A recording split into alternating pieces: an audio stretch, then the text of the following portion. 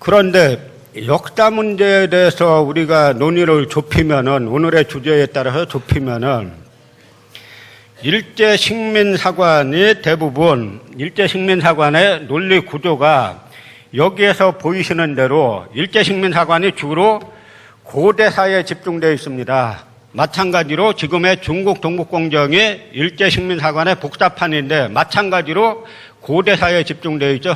그런데 일제식민사관이 만든 고대사 논리가 뭐냐? 한사군은 한강 북부에 있었다. 낙랑군은 평양에 있었다. 그리고 한반도 남부에는 일본의 식민지인 임나일본부가 있었다. 그래서 우리는 한반도 북부도 식민지로 시작했고 한반도 남부도 식민지였기 때문에 결론은 뭡니까? 식민지는 너희 나라의 운명이다. 고로 독립운동하지 마. 이것이 일제식민사관의 핵심입니다. 그런데 우리가 1911년 나라 망했을 때 석주 이상용 선생이 안동에서부터 만주의 유하연 횡도촌으로 망명을 하면서 망명일기를 씁니다. 서사록이란 망명일기를 쓰는데 이 망명일기에 마치 일제식민사관이 그렇게 나올 거를 알았다는 듯이 한사군은 만주에 있었다. 이렇게 써놓습니다. 마찬가지로 단재신초 선생도 한사군은 만주에 있었다. 이렇게 써놓죠. 그러면 이분들이 예언자였기 때문에 그런가?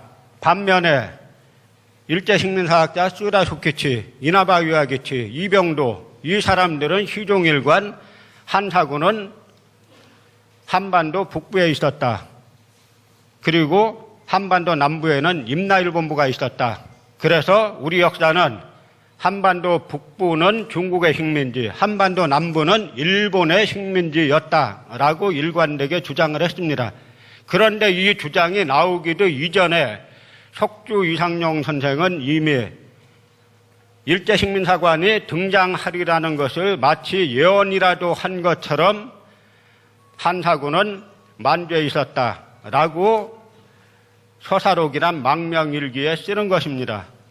어떻게 그런 일이 벌어졌을까? 여러분 중에서 초등학교 때 한사군에 대해서 배운 분이 계실 겁니다. 계시죠? 한사군 하면 시험 문제 2개 나옵니다. 하나는 뭐냐? 다음 중 한사군이 아닌 것은 하고 나오죠? 그러면 낙랑, 임둔, 진번, 현도 그 중에 하나 빼고 부여나 동해 집어넣으면 딱 맞춰야 되죠? 또 하나는 다음 중 한사군의 중심지인 낙랑군의 위치는 어디냐? 이렇게 나오죠? 그러면 뭐라고 해야 됩니까? 평양 이렇게 써놔야 되죠? 그런데 우리가 만일 그것이 역사적 사실이라고 먼저 쳐봅시다. 그러면 역사적 그것이 확고부동한 역사적 사실이라고 치더라도 그게 무슨 이야기입니까? 우리 역사는 식민지로 시작했다 하는 이야기죠? 그러면 해방된 나라에서 초등학생들에게 한국사를 가르치려면 먼저 뭘 가르쳐야 됩니까? 이순신 장군을 가르치고 을지문덕을 가르치고 세종대왕 가르치기에도 시간이 부족하죠. 그런데 우리 역사는 식민지로 시작했다. 이거부터 초등학교 때 가르쳤습니다. 이인직을 갖다 성곽자를 가르친 그 논리 구조, 그 속에서 한사군을 갖다가 어릴 때부터 초등학생 때부터 주입식으로 가르쳐 왔던 것이죠.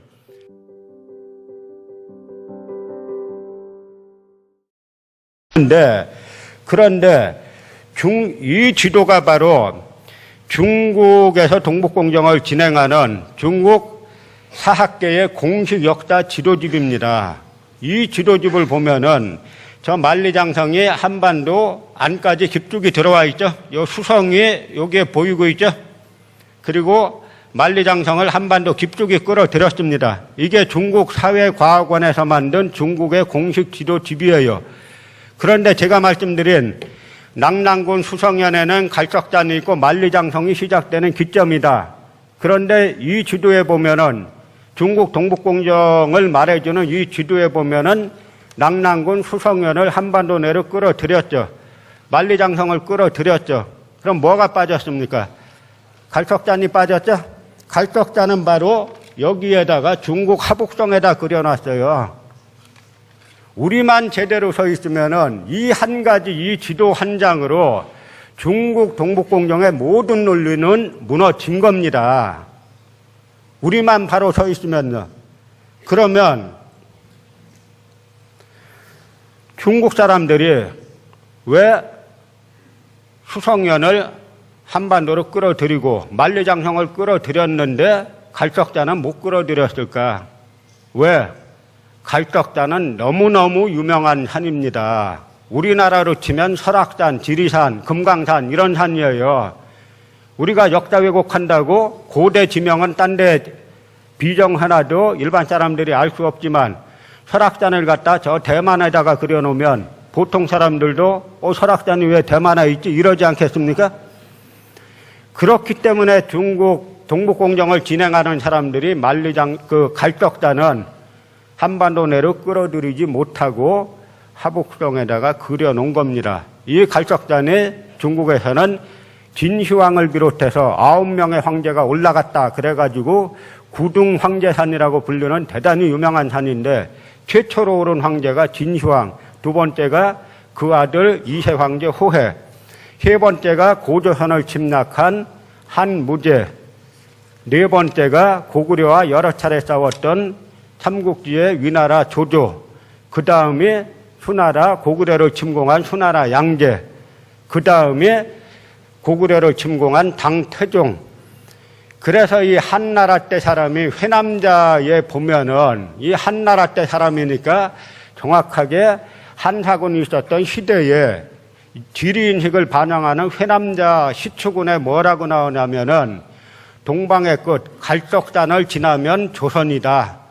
갈석산을 지나면 바로 고조선이다. 이렇게 중국의 고대 사료들은 일관되게 말하고 있는 것입니다.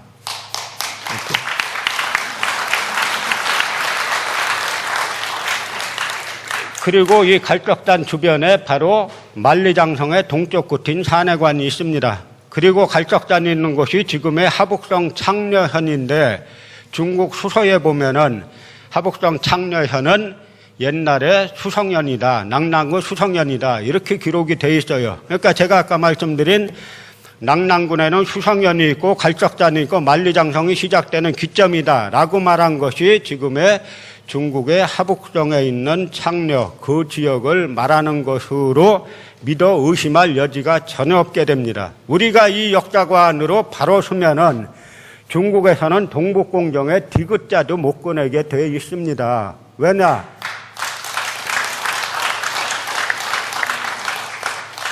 중국의 하북성까지가 고조선 강역이었다. 우리 역사 강역이었다. 이렇게 되는 거죠. 우리가 먼저 시작하지도 않았다. 니네가 먼저 시작하지 않았느냐. 우리가 주장하는 건 다 니네 고대 사료에 나와 있는 것이다. 라고 말하면 중국에서는 동북공정의 디귿자도 꺼내지 못하게 되어 있습니다. 맞죠, 여러분?